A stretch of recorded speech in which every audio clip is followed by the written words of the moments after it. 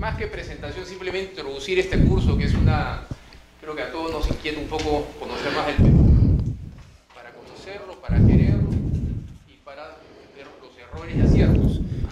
Julio es un gran amigo, su presentación es, creo que es esa nomás, pues no quiero presentarte con los lugares que has estado, los títulos y todas esas cosas que entre amigos...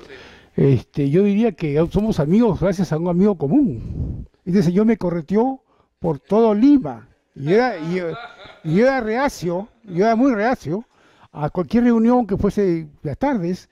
Y este señor, con una insistencia y una perseverancia digna de mejor causa de repente, me llevó a su casa y ahí conocí a ustedes. Y desde entonces me quedé. He estado en Los Ángeles, California, y he estado siempre pegados a los odálites, ¿no? Sí. Unas reuniones en Los Ángeles, iba Pepe Ambrosí de Denver, sí. Iba Jorge Luna, ¿te acuerdas? Me contaste también. Me hizo Luna. Y bueno, y nosotros estamos de verdad muy contentos, Julio, de poder reunir un grupo interesado, porque literalmente estamos interesados en escuchar un poco y aprender de lo que puedas decirnos. ¿Okay? Mil gracias, mil gracias.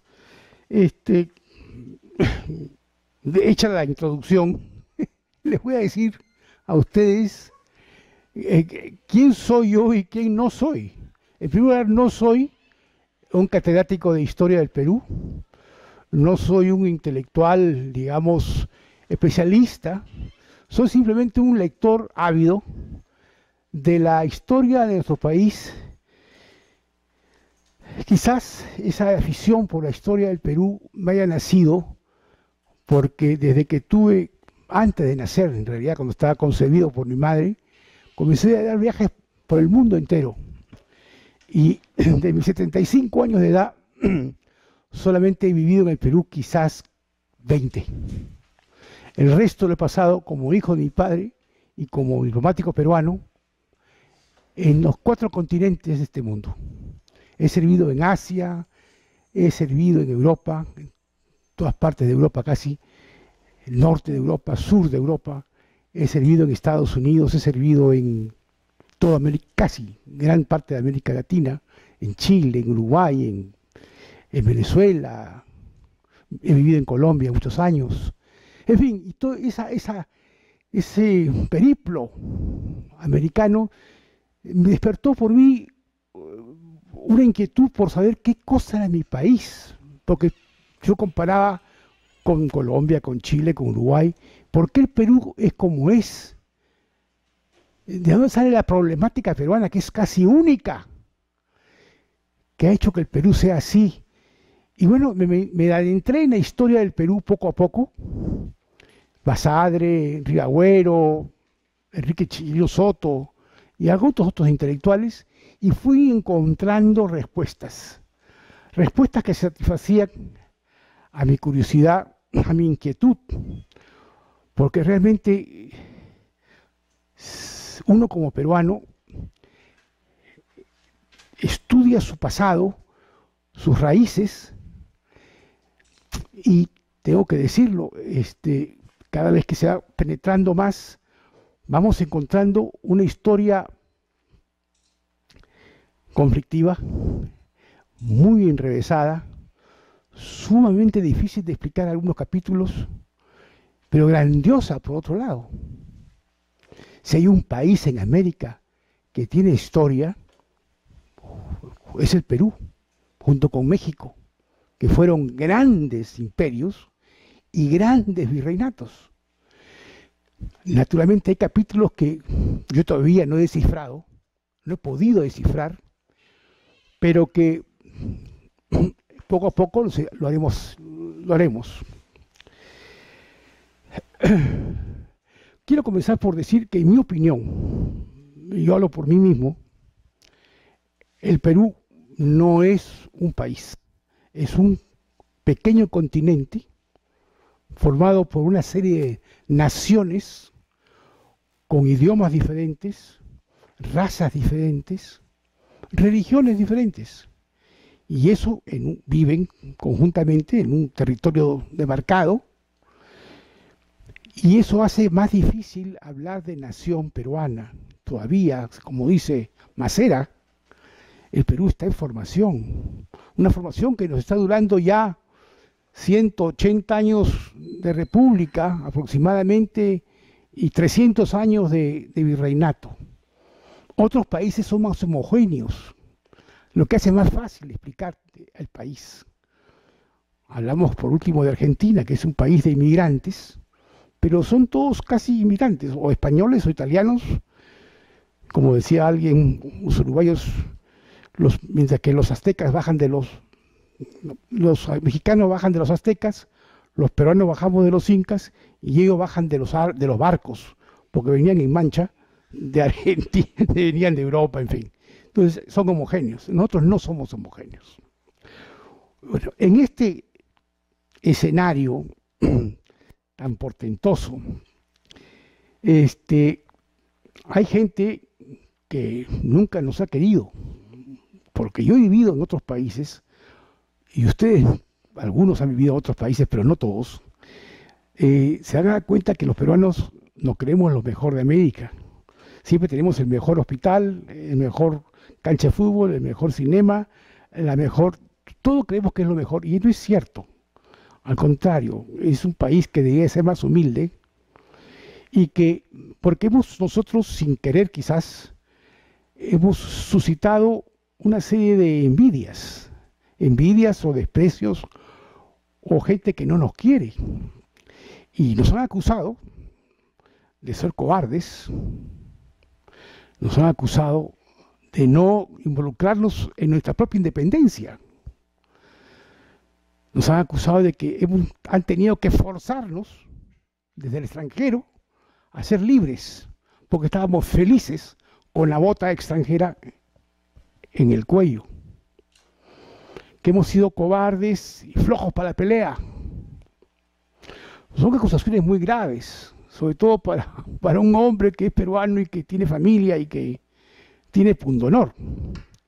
Entonces, vamos a comenzar, antes de entrar a la historia del Perú, dicho propiamente, por dilucidar estas acusaciones y ver que son absolutamente falsas. Si hay un país que ha peleado, si hay un país, una nación en formación, que ha mojado la tierra con su sangre de sus hijos, si hay un país que se ha fajado por la independencia, ese es el Perú. Ese es el Perú. Y refutando a estos señores, yo les pregunto a cualquiera de ellos, ¿quién tuvo a los pocos meses de la conquista, llámese de México o de Colombia, una sublevación indígena que puso a los conquistadores al borde de largarse del país? En 1530, a los pocos meses de la muerte de Atahualpa, del asesinato de Atahualpa por los españoles, los conquistadores llegan al Cusco y en muy buenos términos tratan de conquistar por el corazón a los indígenas allá residentes, con la intención, pues, naturalmente, de llevarse el oro que sobraba. Pasan los meses y estos ángeles españoles se convierten después en unos monstruos que suscita una sublevación de Manco Inca. Manco Inca, a los pocos meses de haber desembarcado los españoles, levanta a las panacas, a diferentes panacas y tropas incaicas que estaban dispersas por el país, y comienza una guerra mortal contra el español, que hace que el español se refugie en Lima y los que se quedan en Cusco mueren muchísimos. Eso echa por tierra, primero, esa idea de que la conquista del Perú fue facilita, que como 134 españoles con 30 caballos, 4 perros de guerra y 20 negros conquistaron a las mejores tropas seleccionadas del imperio incaico. Eso no fue cierto. Es verdad que murieron muchísimos allí, pero la lucha comenzó con esa masacre española. Comenzó y se formó después lo que se llamaron los incas de Vilcabamba. Vilcabamba es una ciudad escondida en las cumbres cusqueñas, donde se refugia esta gente con estas tropas y paulatinamente van destruyendo a uno por uno de los españoles, van asesinándolos. Aprenden que el caballo no es un animal rarísimo, sino que es un animal como cualquier otro.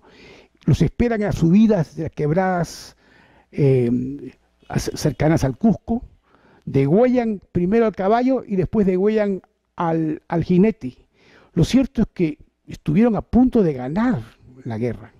Los españoles recibieron refuerzos y terminaron con los incas de Vilcabamba, pero hubo una sublevación, hubo una guerra. Los huiracochas no fueron tan suaves, no fueron tan buenos ni fueron tan mansos, fueron guerreros brutales. Como lo dijo hace 30 o 40 años en un libro de los huiracochas, Juan José Vega, que fue el primero que levantó el tema. Esa fue la primera sublevación. ¿Qué país tuvo la sublevación indígena en 1530 y 32, 33? Ninguno. Ninguno. El Perú sí la tuvo. Fuimos bravos desde el principio. Luego de eso, viene un señor Tupac Amaru, José Gabriel Condorcanqui, que asume el nombre del último inca de Vilcabamba. Tupac Amaru se subleva contra el imperio. Unos dicen que no es contra el imperio español, sino es contra el virrey en Lima por un tema de impuestos. Eso puede ser cierto, pero lo cierto es que se sublevó y que no quería ver a un español más por los abusos que cometían, por la minta, por el maltrato a sus mujeres, por el abuso con ellas. En fin, por una serie de razones, y también por impuestos, acaba con los españoles que vienen de Lima para prenderlo. Como ustedes saben, los cuelgan de los testículos. Una muerte bastante dolorosa, por cierto. Bueno, Tupac Amaru hoy día, y hasta hace 20 años, era el líder libertario de la América Latina. Los uruguayos, los argentinos tenían los Tupac Amarus. El presidente de Uruguay fue un Tupac Amaru. No dijeron los bolivarianos, ni los sanmartinianos, no dijeron los o'higginianos, no, Tupac Amarus. Y Tupac Amaru no era nacido en Santiago de Chile, era nacido en Tungazuca, donde él era un cacique. Entonces ya vemos que hay dos indios que se levantan, que se pelean a muerte con los españoles y que los españoles tiemblan. En ese tiempo España era fuerte y traen refuerzos de España que acaban con Tupac Amaru. Pero también se acaba con el abuso de los indios. Ya los españoles, antes de abusar de una indígena, lo pensaban 3 veces, porque sabían que podía haber otro Tupac Amaru. Entonces, eso de que los peruanos no son flojos para la pelea, que los peruanos son cobardones, vamos a seguir viéndolo, ¿no? En realidad, es una acusación sin ninguna base, pero muy común, muy común. Yo estaba en Venezuela y he discutido con el canciller venezolano al respecto porque tuvo una imprudencia en una celebración de un aniversario patrio y lo aclaré ahí. En fin, seguimos hablando de precursores. Tenemos nosotros en Tacna, en 1808, a Cela y Fallardelli, que estaban en connivencia con la gente de Argentina que ya estaba liberada para hacer un complot. Lamentablemente, los argentinos que querían conquistar el Perú por su propia conveniencia, no por caridad, fueron rechazados 3 veces en su intento de ingreso por la cordillera de los Andes. Cuando los argentinos, no hablamos de argentinos, hablemos de los ciudadanos de las provincias unidas del Río de la Plata, derrotan a los españoles que están acantonados en Uruguay, intentan entrar por Cuyo y después por la serranía, que hoy día son la frontera con Bolivia. Y se encuentran con que los ejércitos realistas, formados en un 90% por peruanos, le dan una pateadura feroz. San Martín tiene que volver grupas e irse nuevamente a los llanos de Argentina. Después vienen dos expediciones muy fuertes. Balcárcel, una de ellas, y la otra es de Porredón. Y también tienen que irse, porque se encuentran con un ejército realista comandado por el conde de Huaki. El conde de Huaki es un arequipeño que con 10.000 soldados peruanos bajo la bandera realista derrota a los argentinos. Luego viene la tercera intento y se encuentran con otro general peruano que se llama Pío Tristán, que también los derrota. Entonces, convencido San Martín que la independencia de las provincias unidas del Río de la Plata no podían ser independientes realmente si no conquistaban el Perú y no se podía entrar por las serranías de los Andes, es que recién piensan en Chile, una capitanía general cercana a Argentina, para hacer lo que se llama en estrategia militar un movimiento de envolvimiento, ¿no es cierto? Se proponen conquistar Chile o liberar a Chile, y este hombre con 140 soldados se estaciona en Cuyo, Mendoza, organiza lo que sería después un ejército de 5.000 hombres, atraviesa el paso de los Andes, emulando a Napoleón y a Aníbal, un paso que ya de por sí eso es heroico. Si ustedes lo han visto hoy día, es macabro. ¿Cómo sería en esa época con el frío? San Martín se ocupa de que haya balas, de que haya herradura para los caballos, de que haya comida para las tropas, de que haya bayonetas, que haya sables, porque el hombre hacía todo. Eran muy pocos. Hasta que después prende la llama a la independencia y son 5.000 que bajan a Chile, y en Chile hay una campaña en que ganan en Chacabuco. En Chacabuco ganan, en el año, ya estamos hablando del año 1816. Pero no es suficiente, porque Osorio, un brigadier español, llega de Lima, mandado por Abascal, el virrey Abascal, con 5.000 hombres, y les da un revés tremendo a los chilenos en lo que se llama Rancagua, la batalla de Rancagua, y después en Cancha Rayada. Es decir, los chilenos luchan por su independencia, pero no pueden contra el imperio peruano. El imperio español en el Perú es el más fuerte de América. Es sumamente fuerte, por eso que Perú se demoró en independizarse. Aquí había las tropas seleccionadas de España, los batallones que habían derrotado a Napoleón, que habían luchado en Bailén contra el emperador, los que se comieron, se puede decir literalmente, a los mejores escuadrones de los húsares polacos, de los de la guardia de Ney, la guardia imperial de Cambrón. Todos ellos fueron derrotados por esos ejércitos españoles que habían sido el terror de Europa. Ya un poquito antes, en 1500, habían invadido Flandes, habían conquistado los Países Bajos, y hasta hoy día, he vivido en Holanda, cuando a un niño no quiere comer su comida, le dicen, o comes tu comida, o llamo al duque de Alba, y el chico come rápidamente. Porque los españoles, la furia española era sumamente grave. Bueno, esos hombres vienen al Perú. Pizarro, ¿qué te digo yo? Todos los grandes conquistadores venían de Flandes, de estar curtidos en el cuchillo. Entonces, ¿qué pasa? Que esos españoles hacían un ejército casi imbatible.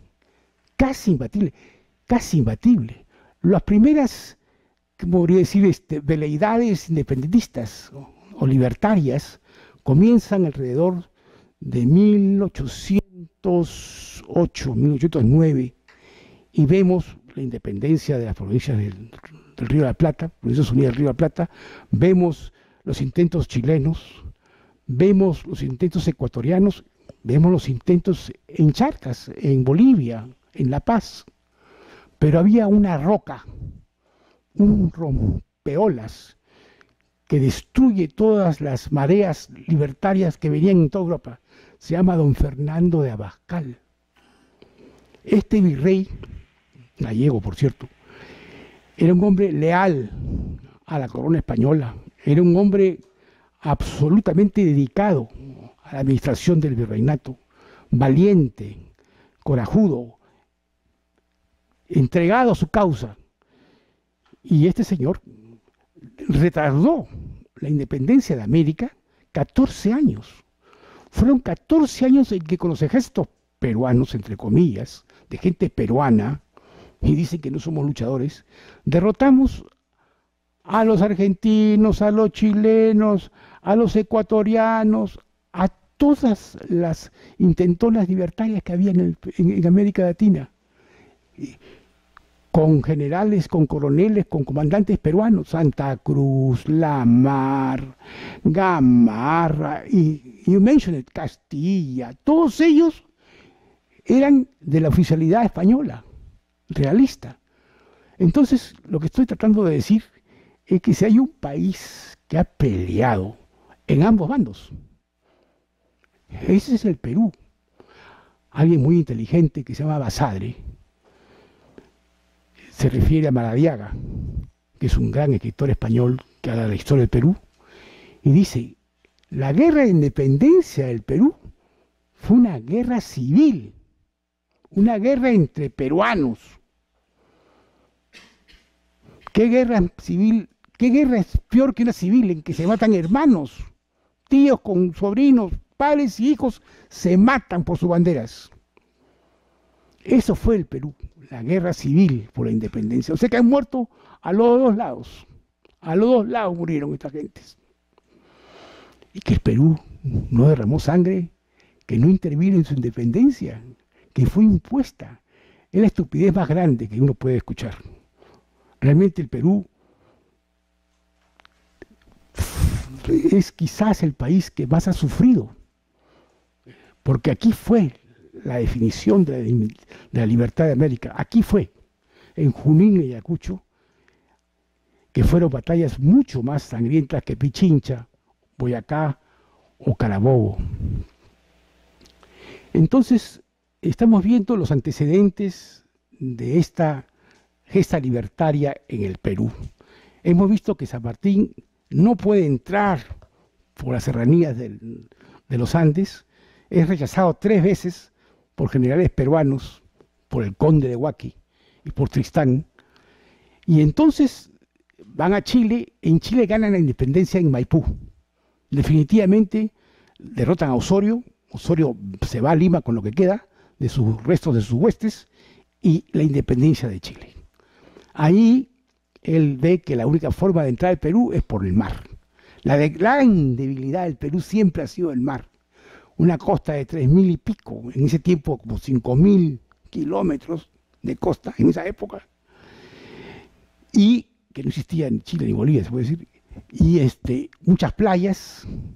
Entonces, con 7 goletas y fragatas de guerra y 10 buques o barcos de carga, él y 5.000 hombres entre chilenos y argentinos, y aquí la historia nuestra es un poco mezquina con los chilenos, por razones obvias, y dice que argentinos, el ejército argentino, no es cierto, el ejército era argentino y chileno, 800 caballos, llegan a las costas del Perú, desembarcan en Paracas, hoy día la Bahía de Independencia, y ahí, después de desembarcar sin ningún tropiezo y sin ningún ataque español, recibe la visita de 2 coroneles enviados por el virrey de entonces, ya no era Abascal.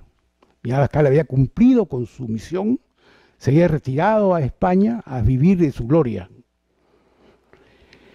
Era el virrey Pezuela, un general Pezuela, nombrado por el rey.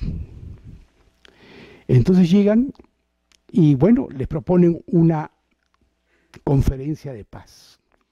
Pero ahí me quedo, se dan cuenta cómo estoy saltando, son pincelazos, ¿eh? De una gran fotografía, de un gran cuadro, que después se van a resumir para entender la guerra con el Perú, la guerra de independencia. Hay personas que creen que la independencia del Perú se gestó internamente y que fue un acto de coraje de los nacionales. Es una estupidez. No existe en esta comunidad de países o comunidad internacional, no existe un acto de este tipo que sea solo sin influencias extranjeras. En realidad, la independencia del Perú, como ustedes saben, porque eso se aprende en el colegio, tuvo una gran motivación, que fue la invasión de Napoleón a España. Al invadir Napoleón España, 1812, en pleno auge del poderío militar del emperador, España lucha pero no puede, y entonces eso juzgada. El rey es Carlos IV, encarcelado junto con Fernando VII, después de la conferencia de Bayona, y España se debate por su vida o muerte. Entonces, mal puede España, en esas condiciones que está luchando con las tropas napoleónicas dentro de su país, venir en auxilio de Abascal para controlar todos los intentos independentistas de América. Mal puede. Entonces, ¿qué pasa? Son las provincias de ultramar, el Virreinato del Perú con Abascal a la cabeza, que le mandan dinero y provisiones y armamentos a España. Ahora entienden ustedes cómo Abascal estaba solo con un ejército formado por peruanos. Y este hombre se supo batir mandando tropas a Chile, ha derrotado chilenos de repetidas veces, a Bolivia, se mandaron hasta Quito, querían irse a Brasil, a Argentina, a pelear con los argentinos. Allá, era muy lejos. Pero Abascal fue un superhombre. Entonces vemos que Napoleón debilita tremendamente a la madre patria, al punto de que comienzan a surgir pues estos intentos de independencia, ¿no? Entonces Napoleón juega un papel importantísimo en esto. Alguien menciona la masonería, la francomasonería, como también una de las razones. Yo personalmente, conociendo la masonería muy de cerca, posiblemente en esa época efectivamente era un grupo de personas importantes que tenía influencias internacionales. San Martín, Bolívar, todos los grandes hombres de la independencia fueron francomasones. Eran anticlericales, por eso la Iglesia los excluye, los ataca. ¿Por qué? Porque los masones veían en la Iglesia al Estado, en este caso español. La Iglesia y el Estado eran casi una misma cosa. En Francia veíamos cómo el primer ministro, que era el que gobernaba el país, no era el rey, era o Richelieu, un cardenal, o Mazarino, otro cardenal. Entonces, naturalmente, ellos se lanzan contra el Estado, contra el establishment, y ahí está la Iglesia. Pero lo que me han explicado ellos en varias oportunidades es que ellos no tenían nada personal contra la Iglesia. Es más, ellos respetaban a Dios. En fin, la Iglesia los ataca duramente. Yo cuando estaba en el colegio estaba prohibido leer los libros del Índex. El Índex era una lista de libros prohibidos en la cual yo no pude leer Papini. Papini estaba ahí y muchos más, ¿no? Porque eran francomasones. Eso ha acabado, porque se ha acabado la masonería hoy día casi es inexistente. Ha dejado de ser un problema, ha dejado de ser una amenaza. Uno va a una de estas logias que tienen y es para llorar, ¿no? No es un movimiento en vida. En Los Ángeles, California, que fue una de las masonerías más grandes que había en Estados Unidos, pasas por ahí y no te das cuenta. No hay una persona que está cerradas. En fin. Pero sí tuvo un papel importante la francomasonería en la independencia de América Latina. Especialmente cuando ellos venían a América, y si tenemos el mapa de América del Sur, y tenemos aquí a Europa Ellos bajaban ¿a dónde? Directamente a Venezuela. ¿Y qué traían? Traían libros de los grandes pensadores franceses. Y traían la igualdad, la fraternidad, ¿no es cierto? Las ideas nuevas, jóvenes, de estos pensadores como Montesquieu, Rousseau, los enciclopedistas. Y ellos se nutrían de esta información que a ellos nunca llegaba. El Perú no llegaba jamás porque había los Andes. Entonces, ir a dar la vuelta por el Cabo de Hornos para traer libros a Lima, imposible. Y eso explica por qué Venezuela, siendo una capitanía general de última, lejos de todo, el petróleo no tenía valor,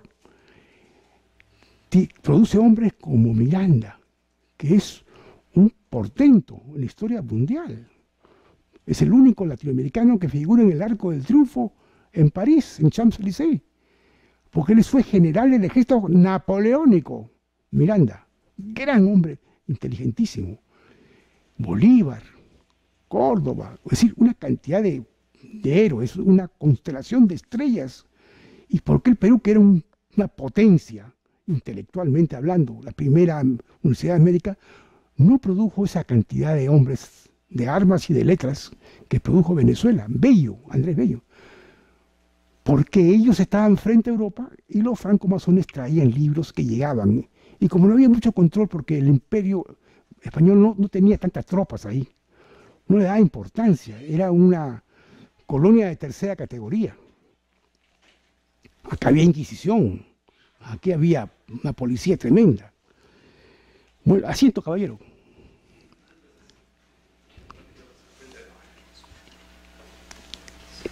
Entonces, nos vamos desviando, nos vamos yendo por las ramas. Lo importante es saber que estamos en un proceso independentista que tiene tremendas causas exógenas, como son Napoleón, la francomasonería, y luego, naturalmente, la intervención inglesa. Inglaterra tenía sangre en el ojo después de que España había ayudado a Estados Unidos en la independencia de Canadá. Y ellos habían independizado en 1773, creo, o 74, de Inglaterra. Inglaterra se la paga mandando aquí soldados de primera calidad. Miller, O'Donovan, el almirante Lord Cochrane, Guise, etcétera, etcétera, etcétera. Soldados que son líderes en un empeño de destruir España que les había hecho mucho daño a ellos. La independencia de Estados Unidos fue apoyada por España con dinero, con armas. Entonces la forma de vengarse de ellos es ayudando a la libertad de América Latina. Entonces, habían causas exógenas y no centrales para independizar a América. Esto provoca naturalmente, provoca el deseo de libertad, que antes no se atrevían a mencionarlo, por el temor a Abascal y sus tropas. Cada día son más obvias estos intentos de libertad, más insolentes, más atrevidos, hasta que llegamos ya después, pues, a la derrota de los ejércitos españoles. Entonces es un proceso por el cual estamos ya viendo cómo San Martín llega a Paracas con 5.000 hombres argentinos, chilenos, 800 caballos, se encuentra con 2 emisarios del virrey Pezuela, que los invitan a una conferencia que tiene lugar en el balneario de Miraflores. Yo creo haberme conocido cuando era muy niño, yo tengo 75 años de edad, hasta el año 50, 53, existía en la esquina de Avenida Pardo con la Avenida Arequipa una casona preciosa, un rancho miraflorino, en que tenía un gran cartel de bronce, una placa de bronce, que decía que allí se habían dado las famosas conferencias entre San Martín y Pezuela. No sé si sería la casa, la verdad es que hace muchos años que pasó, pero ahí estaba la casa. Hoy día es la tienda esta chilena que se llama Falabella. Falabella. Saga Falabella. Ahí estaba la casa. Bueno, entonces se conversa en Miraflores, en esta casona, las posibilidades de llegar a la paz. Los españoles traían como elemento de negociación el respeto estricto de la Constitución de Cádiz. La Constitución de Cádiz, que fue más o menos del 1808, era una constitución muy liberal, que permitía una libertad de prensa, una libertad de comercio, ciertas garantías a los derechos humanos. Y el general Riego hace un levantamiento militar, un pronunciamiento militar en España y lo impone a Fernando VII cuando ella es rey, nuevamente, cuando es restablecido en su trono. Entonces Pezuela pensó que con eso esta gente iba a estar satisfecha. Pero San Martín le dice que si no hay independencia del Perú, no hay conversación. Entonces que no pierda el tiempo y entonces no llegan a ningún acuerdo. Pezuela se retira y San Martín se retira a su cuartel. Pezuela con todo el ejército realista sale de Lima por razones estratégicas, porque ya todo el Callao está bloqueado por la escuadra independentista, y San Martín entra a la ciudad de Lima, entre los victores de la población, se queda aproximadamente un mes en Lima y ve que es peligroso para las tropas libertarias quedarse por un ataque inminente de los españoles que están en las cabeceras de los Andes. Están a la altura de Chosica, más o menos, y es peligroso. Entonces él se reembarca con sus 5.000 hombres y se van a Huaura, de donde el Bancón de Huaura, que hasta hoy existe, él declara la independencia del Perú. Estamos hablando ya del año 1821, al principio, en enero. Se queda en Huaura a cientos de estos hombres, de estos 5.000 hombres soldados, porque no eran pues tropas veteranas, eran más bien gente del campo que con el entusiasmo de la independencia se van uniendo a la tropa, que sí eran soldados, digamos, profesionales, ¿no? Y se quedan allí hasta que pasan nuevamente a Lima, y los españoles nuevamente se retiran. Es una guerra de movimientos, es una guerra de propaganda, es una guerra que tuvo muy buenos resultados, porque en medio de estos movimientos estratégicos no hay un balazo, no hay un sablazo, no hay nada. San Martín ordena al general Álvarez de Arenales, argentino, que con 1.000 hombres se vaya a lo que se llamó la expedición de intermedios. Van a Ica, de Ica suben a la Sierra de Perú, suben a Tarma, de Tarma pasan a Jauja, de Jauja a Huancavelica. Imagínense ustedes esos trotes de esta gente. Ese es el soldado peruano también. Es un hombre que no duerme, no come muy poco, muy magro, es muy austero, es muy duro. Es un soldado que pasa los desiertos y de ahí sube a las cumbres nevadas. Y todo esto con una paga pésima y en condiciones que ningún soldado aguantaba. El soldado peruano en la independencia tiene un rol pero importantísimo. Tanto el independentista como el realista. Los dos son peruanos. Muchos autores dicen que esta expedición de intermedios no dio ningún resultado. No es cierto, al contrario. Félix de Neira y Luna y Ribagüero dicen que fue importantísima, porque aparte de derrotar al brigadier O'Reilly español, Fue un combate muy suave, muy pequeño, sin importancia, pero va contagiando de amor patrio a todas esas poblaciones, va dando el ejemplo, va dándoles esperanzas, va enseñando que hay gente que se atreve contra los españoles, que venían de ganar 14 años ininterrumpidos todas las batallas. Habían ganado los españoles casi todas las batallas, excepto la de Chile. Pero en Argentina, en Ecuador, habían sojuzgado a todas las tropas, a todos los independentistas de Bolivia, a los de Ecuador. Entonces, estaban aterrados. Pero Arenales se muestra que sí se le puede ganar, sí se puede contra el español.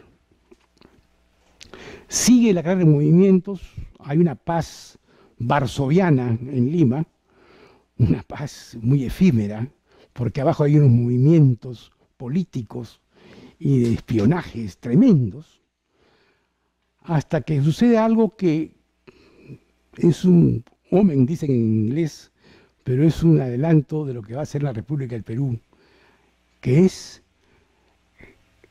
el motín de Asnapuquio. Nunca en la historia del reinado de España un soldado, un general y menos un regimiento español se levanta contra la autoridad máxima, que es un virrey. Nunca había habido una protesta o una queja, digamos, el nombramiento de un funcionario por el rey de España era suficiente para que todo el mundo lo obedeciera y jamás se pensara en traición o en desconocer su autoridad. Sin embargo, el general La Serna solivanta, digamos, convence a un batallón español llamado Numancia para que se rebelen, se levanten contra el virrey Pezuela. Y a él se unen el general Valdés, el general Canterac, el general Olañeta, el general Ramírez, el general, es decir, todo el Estado Mayor del ejército realista se une a La Serna, que es otro general, y le dice al virrey que se vaya, por flojo, por débil y por haber dado pésimos resultados a la causa española. La causa de la defensa del Perú, digamos, del virreinato del Perú, ameritaba a un hombre de armas con mayor decisión y no tan feble como era el señor Pezuela. Pezuela no discute porque no podía, no tenía armas, y se retira. Y se introniza como virrey, un general, algo impensado. Fue un golpe de Estado, señores. En el año 1821, un golpe de Estado al virrey del Perú, inaudito, inconcebible. Y fue el anuncio de todos los golpes de Estado que hemos visto en la República, en esta pobre República peruana. Fue el precursor de los levantamientos militares que tanto daño nos han hecho, tanto daño nos han hecho. Entonces, ido Pezuela y entronizado La Serna repite el plato de su antecesor y convoca a otra reunión de paz, buscan la paz. La convoca en una hacienda que queda en el Valle de Chillón, a unos cuantos kilómetros de Lima, que se llama la hacienda, hemos dicho, bueno, ya vendrá el nombre, en este momento no me acuerdo. Lo cierto es que se reúne en La Serna con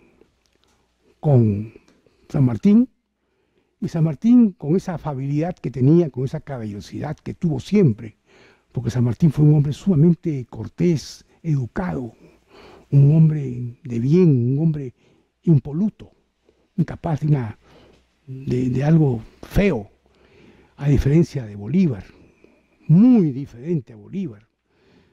Ya hablaremos después de esas cosas, ¿no? De esa comparación. Pero San Martín lo abraza a La Serna, y La Serna se pega un poco un poco así extrañado. Eso lo cuenta Arrau, que es un funcionario, un alto funcionario español, lo cuenta en sus memorias, que se queda así un poco sorprendido. Y le dice San Martín, he venido aquí a buscar la paz que usted quiere, que usted desea. Pero hablemos de paz y hablemos también de quién gobernaría el Perú. La idea nuestra es traer a un infante de la corona española, un Borbón, para que rija los destinos del Perú, pero en una monarquía constitucional. La Serna recibe esta información con mucho escepticismo, porque él creía que era una maña de guerra, que era para dilatar el tiempo de las batallas y ganar tiempo, cosa que se hace con mucha vergüenza.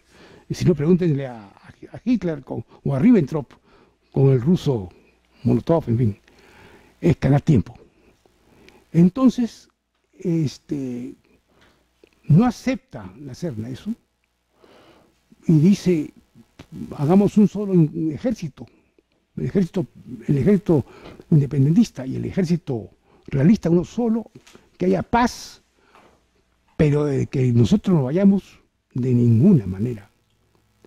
Entonces, se retira San Martín con el fracaso de esta nueva conferencia y se va ya, digamos, perfilando lo que serían ya el confrontamiento. Hasta hoy día no ha habido ningún enfrentamiento, se han dado cuenta, no ha muerto ni un solo, no ha habido balazos, no ha habido nada.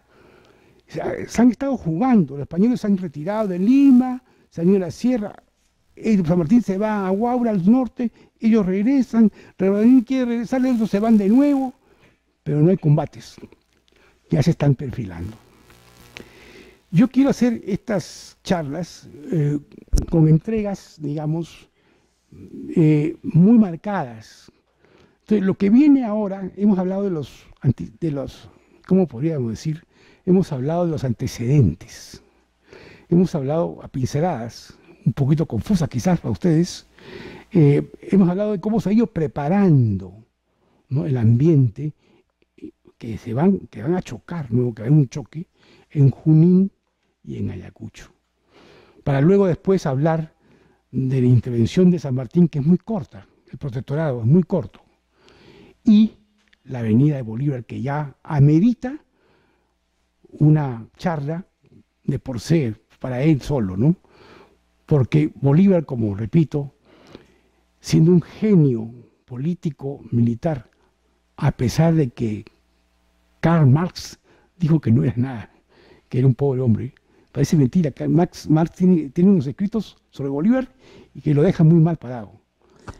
Sin embargo, yo sí creo que fue un hombre sumamente inteligente, sumamente aventurero, gran arriesgado y totalmente diferente que San Martín. San Martín era un bien nacido, había nacido en un hogar, padre y madre, en fin, sí, y su forma de ser, el desprendimiento que tenía, lo hacía un bien nacido. Bolívar, no sé si ustedes alguna vez han leído las cartas de Bolívar sobre el Perú. Las cartas de Bolívar sobre el Perú dicen lo que es él. Son unas cartas, unas diatribas, son algo que algún día ustedes deberían leerlo porque vale la pena para que ustedes tengan el concepto que tenía Bolívar de nosotros. Concepto que a veces lo entiendo, porque en los primeros años de nuestra independencia, el primer presidente fue Riagüero, otros dicen que fue Lamar, yo creo que fue Lamar, que es un cuencano, nacido en Cuenca. Pero había dos hombres muy fuertes, uno era Riagüero y otro era Tagle, Bernardo de Tagle. Y los dos eran absolutamente, pues, realistas, eran gente con título de nobleza española, con dinero a borbotones, y que estaban muy cómodos, en mi concepto, con el statu quo. A ellos no les importaba un pito que hubiese independencia, no, porque ellos estaban muy cómodos. Y como ellos, muchos nobles, entre comillas, criollos que ven acá. Entonces, claro, ellos reciben a Bolívar muy mal, Pero quisiera dejarlo aquí para poder, si ustedes desean, hablar en una segunda oportunidad a partir de la llegada de San Martín a Lima y, digamos, ya entrar más profundamente en lo que se llama la independencia del Perú. Si ustedes quisieran hacer algunas preguntas, yo estaría encantado. Hemos comenzado a las 6 y son 5 para las 7. Imagínense, una hora he hablado. Parece mentira. Pero alguna curiosidad, ¿cómo no? Una pregunta. Hablaste que contaba lo que ocurrió en la hacienda Punchauca. Punchauca. Muy bien, gracias. ¿Quién es el que hablaba de lo que ocurrió en esa hacienda? El abrazo de San Martín a la Serna. Sí, hay evidencia de esa conversación por un señor Arrau, como dije yo, Arrau. Narra cómo San Martín muestra una intimidad y una simpatía con el enemigo, y luego de eso le propone, como le dije, hacer un solo ejército, cosa que el Perú tendría que mantener dos ejércitos, el realista y el independentista, y que él tenía intención de traer a un infante Borbón para que fuera el rey del Perú. Eso le ha valido a San Martín muchas críticas. Sin embargo, yo me he puesto a pensar al respecto. Había muchas personas importantes que estaban, como es lógico, a favor de la República. Pero la República, en una nación que estaba en formación, si hoy día como estamos mal, ¿pueden ustedes imaginarse lo que era la clase social dirigente del Perú en el año 1821 o 20?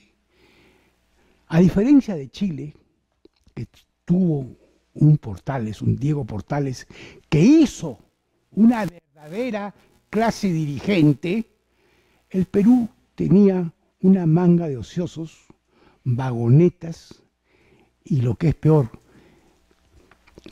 buenos para nada. La clase dirigente peruana no existió. Vivían de sus rentas, no tenían valor. No lo digo yo, lo dice Rivagüero, que era uno de ellos, porque Rivagüero era la clase dirigente. Entonces, claro, la República del Perú, los primeros años fueron pésimos.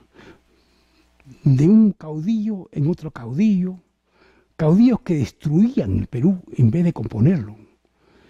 Mientras que en Chile había un gobierno hecho por gente inteligente, patriota y dedicada, por las enseñanzas de Portales, que les enseñó hasta a comer con el tenedor y el cuchillo. Y les enseñó disciplina, puntualidad, decencia. No había ni robos, ni coimas. En el Perú la clase dirigente fue muy mala, fue muy pobre. Algunas excepciones tienen que haber habido, pero lo dice Rivagüero, no lo digo yo, ¿eh? Los llama de todo. Rivagüero los llama de todo. Y otros autores también. En el Perú no existió clase dirigente, y hasta hoy día no existe una clase dirigente. La clase dirigente se ha quedado siempre al margen de la política, y la clase política peruana quizás sea la peor de América Latina. Yo estoy convencido que ni siquiera en otros países como Bolivia exista tanto zángano juntos. Y tenemos ejemplos como el Congreso, no, todos los congresos, en los últimos 50 años, 40 años. Entonces, claro, da que pensar si, al igual que Brasil, el Perú no hubiese tenido un príncipe Borbón, que no había ningún inteligente, los Borbones, ustedes saben, como rey del Perú, pero constitucional, ¿eh? Como es el rey de España y el rey de Inglaterra y el rey de Holanda, que digamos, reinan pero no gobiernan, pero tienen la autoridad y no hay la lucha por el poder, porque ya hay un poder, digamos, entronizado. Quizás no era tan loco pensar en un rey. Lo que pasa es que ellos venían de pelear contra un rey y poner a otro de gratis, no gustó la idea. Entonces San Martín sufrió mucho porque fue acusado, él y sobre todo Monteagudo, ¿no? Bernardo de Monteagudo, que fue el que insistió, inclusive viajó a España a traer un príncipe español y regresó con las manos vacías. Entonces suena a traición, suena feo, traer un extranjero como presidente de acá. Sin embargo, si analizamos seriamente, quizás hubiese sido una gran solución. En Brasil, por ejemplo, tuvieron el imperio de Braganza, ¿no? Don Pedro Braganza se quedó temporalmente, se quedó 50 años, 50 años rigiendo el Brasil, y la república, el nacimiento de la República Brasileña es mucho más ordenada, es mucho más positiva. Esto fue un pandemonio. Esto fue un pandemonio de generales que duraron 6 meses en el gobierno. Y no hay un peruano que le pueda decir la lista de todos los presidentes del Perú del año 1821 o 24 al año 1950. No existe, porque hay una cantidad de presidentes que duran 4 meses, 6 meses, 8 meses, un año. ¿Mm? ¿Qué digo?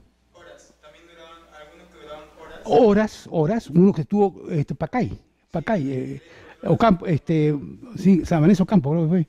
Agarró, lo pusieron preso. Oye, ¿tú eres presidente? Le pusieron la banda. Eso me lo contaba mi abuelo. Y entonces fue una turba. No queremos que usted sea presidente, no, que aquí la democracia. Democracia, en la ventana del palacio, tomen. Y les tiró la banda. Y yo me voy a mi casa. Y se acabó el problema. No, la historia de la República de Perú es sumamente difícil de entenderla. Y cuando nos preguntamos qué cosa hizo que el Perú sea como es hoy día, quizás la respuesta esté en el militarismo y en los golpes de Estado de los militares que destruyeron al país. No hay un civil hasta el año 1876 en la persona de Manuel Pardo. No hay uno. Creo que hubo un Meneses también que estuvo por ahí unas horas. Pero el presidente de Perú elegido por el pueblo, el primero, el señor Pardo, que fue un gran presidente a concepto de algunos. Entonces, pues, eso de la monarquía que proponía San Martín no era tan descabellado. Era un país que no estaba preparado. No estaba preparado para asumir maduramente su responsabilidad como país. Cosa que Chile sí estaba.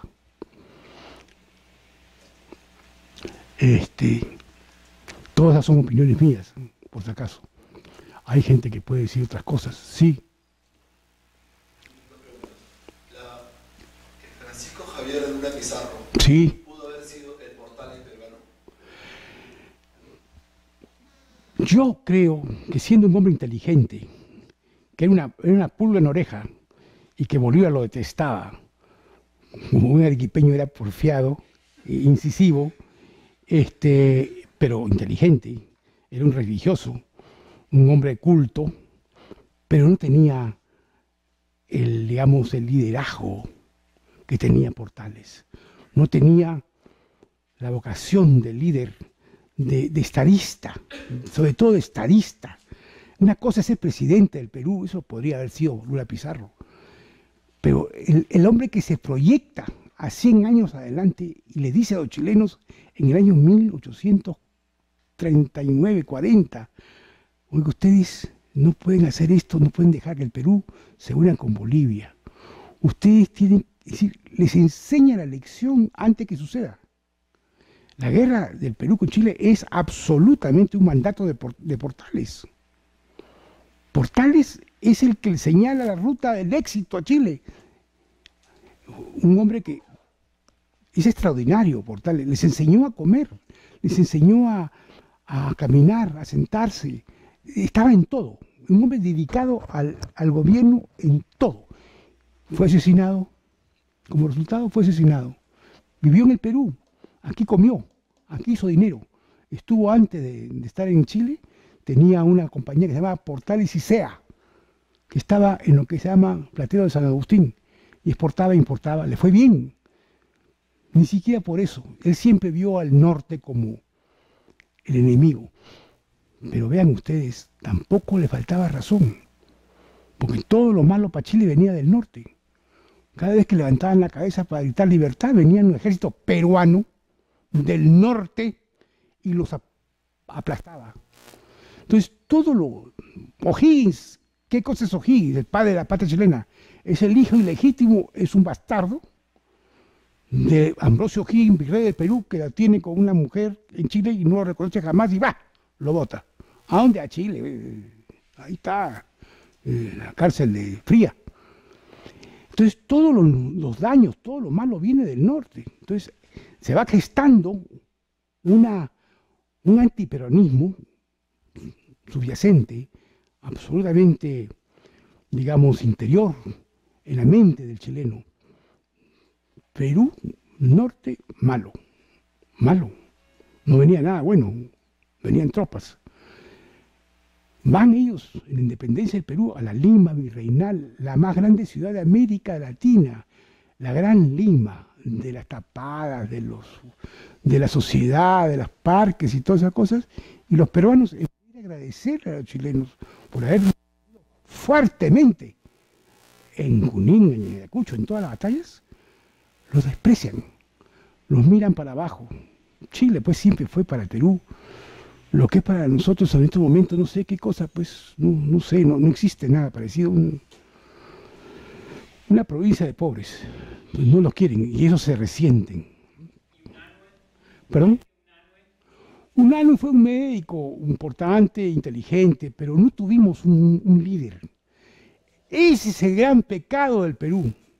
El gran pecado del Perú no es haber tenido un Bolívar para los venezolanos, un Santander en Colombia, un 20 argentinos que fueron estupendos, ¿no? Belgrano, o que no tuvimos a ninguno. Bolivia tampoco tuvo a nadie y Ecuador tampoco. Olmedo, que en fin. Pero el Perú, que era el gran país, la gran potencia militar, no tuvo nada. No tuvimos, a ver, Santa Cruz era alto peruano, boliviano. Pero Santa Cruz era, como lo describe alguien, un indio, zamarro, traidor, en fin. Lo describen los escritores, son muy duros con Santa Cruz. Igual que con Pumacagua. Había un racismo total. En Perú sí había un racismo. A Pumacagua no le perdonan. Después de 30 años de haber luchado contra los españoles, siempre dicen que, bueno, en fin, los epítetos más fuertes que te puedas imaginar contra estos dos personajes, Pumacagua y Santa Cruz. Santa Cruz, no olviden que peleó a favor de los españoles durante 30 años, llegó a ser brigadier en el ejército español, y solamente en una batalla en que la pierden los españoles y la ganan los independentistas, Santa Cruz se vuelve patriota, digamos, ¿no? Pero Santa Cruz no tuvo no tenía las condiciones para ser un San Martín, un independiente, no tuvimos. Estoy pensando, por ejemplo, Lamar era un cuencano, un buen hombre, tan bueno que se dejó hacer un golpe de Estado, estando peleando contra Bolívar, a favor del Perú. Vino Gamarra por atrás, con el general de la Fuente, y lo botaron a Costa Rica, donde murió. No tenía pues las cosas que tenía Bolívar. No tuvimos un hombre. ¿Para qué? No tuvimos un hombre. México tuvo un Hidalgo, ¿no? Pero no tuvimos. Y ese es el pecado nuestro. Perú, que era la gloria de América Latina en todo sentido, el imperio de los incas, el reinato del Perú, la riqueza, todo. Pero nos faltó un hombre. Estoy pensando en quién podría haber sido. Luna Pizarro era un gran, un hombre intelectualmente valioso. Vizcarra de Guzmán escribe desde el extranjero contra los españoles y por la independencia. Pero era un hombre, era un sacerdote también, que no tenía pues trazas de Pumacagua, otro oficial español. No lo veo ni siquiera en la República avanzada ya. digamos, ya pasamos, a, si quieren ustedes, después de Santa Carrión. Carrión, ¿el médico? No, Sánchez Carrero. Ah, Sánchez Carrión. Sí, Sánchez Carrión, pero no lo hizo. Sencillamente que no lo hizo. No lo hizo, pero no. Tenemos héroes valiosos, tenemos precursores estupendos, pero no tenemos ninguno que sea conocido más allá de Huacho. Quiere decir que en Quito no conocen a ninguno de estos precursores. O'Higgins, por ejemplo, sí tiene un sitial en la constelación de líderes americanos. Don Bernardo O'Higgins es un hombre valioso y los chilenos lo han puesto y los chilenos han retirado a San Martín, han bajado el papel de los argentinos en la independencia de ellos, que fue conseguida por los argentinos, y han puesto a las tropas chilenas y a O'Higgins como el padre de la patria. Un padre de la patria que salió corriendo de Chile y se escondió en el Perú para que no lo mataran. Tan buenos los chilenos con sus héroes que salió corriendo, se refugió en una hacienda que se llama Montalbán, y aterrado, y los chilenos lo querían matar. Ustedes saben eso, lo querían asesinar. ¿Cómo asesinaron a Carrera? ¿Cómo es que es el primer presidente de Chile y Carrera es el héroe? Pero no lo pueden ver en Chile, hasta ahora. Un hotel que lleva su nombre, pero nada más. A O'Higgins lo corretearon para matarlo. Y el Perú, generoso, le dio los honores de ser mariscal del ejército peruano, una pensión y una hacienda que es espectacular. La hacienda Montalbán, que es lo más rico que hay en el Perú. Y luego le pusieron una casa en el Centro de la Unión, que hoy día es un museo de O'Higgins, hecho por la Embajada de Chile. Y fue un gran hombre, fue un hombre realmente estupendo. Tiene pasajes que dice, yo no sé quién quiero más, a Chile o al Perú. Y él siempre, sabiendo el desprecio de los peruanos por Chile y el odio de los chilenos y la envidia de los chilenos por los peruanos, siempre trató de limar las perezas, siempre trató de juntar los dos países. Fue a Chile muerto y enterrado en Perú. Y después de 4 años Chile lo reclamó. Y lo llevamos y lo entregamos. Hoy día está en una cripta en la Plaza O'Higgins, que es el centro administrativo de Santiago de Chile. Pero ahora se han dado cuenta que es bueno. Era un loquito. Era un hombre muy valiente, pero extremadamente arriesgado. Era muy joven, muy maduro.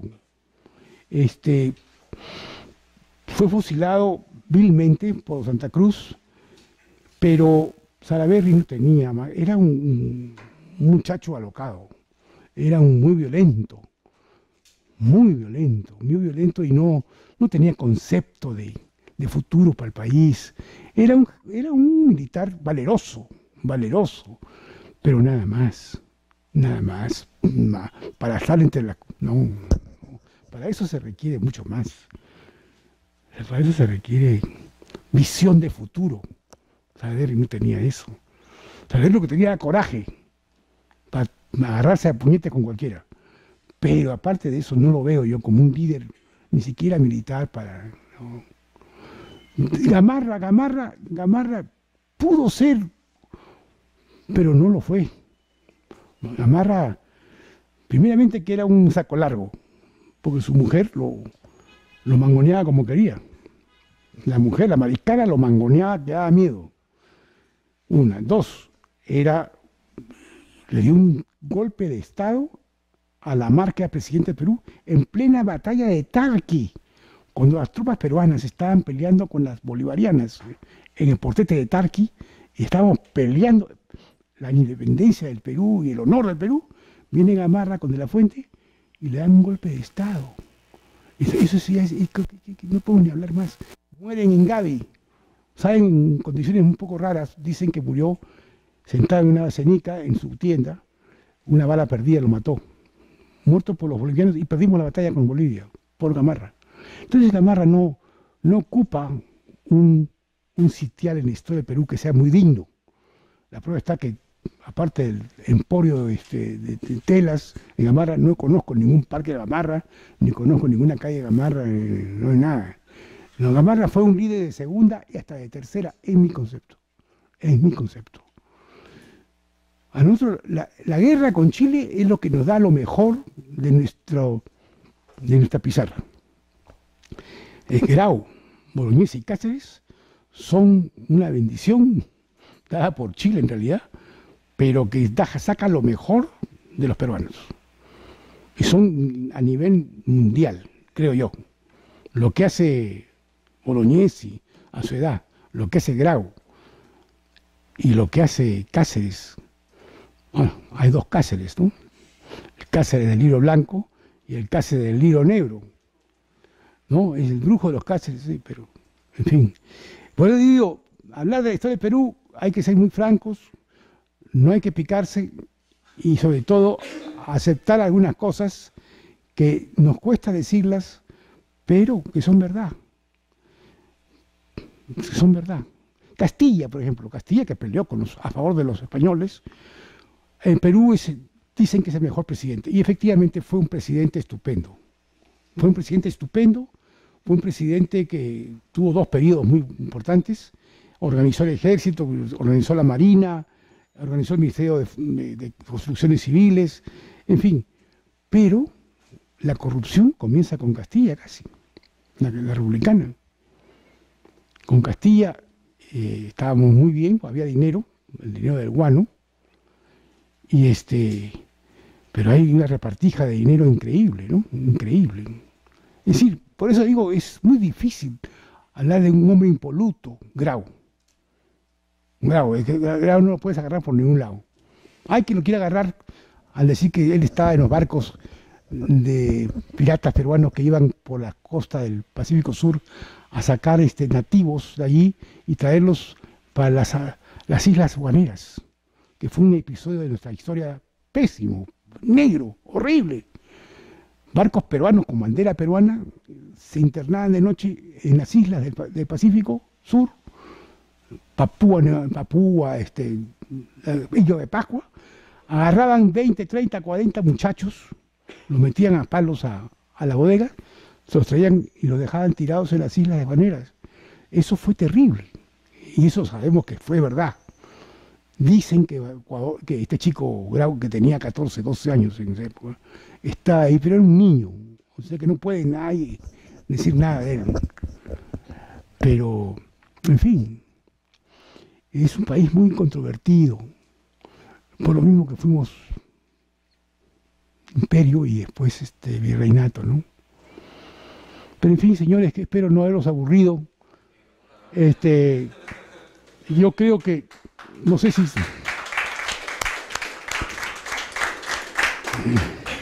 La próxima vez, si quieren, voy a entrar después ya a otro capítulo que va a ir con Bolívar y San Martín, hasta más o menos,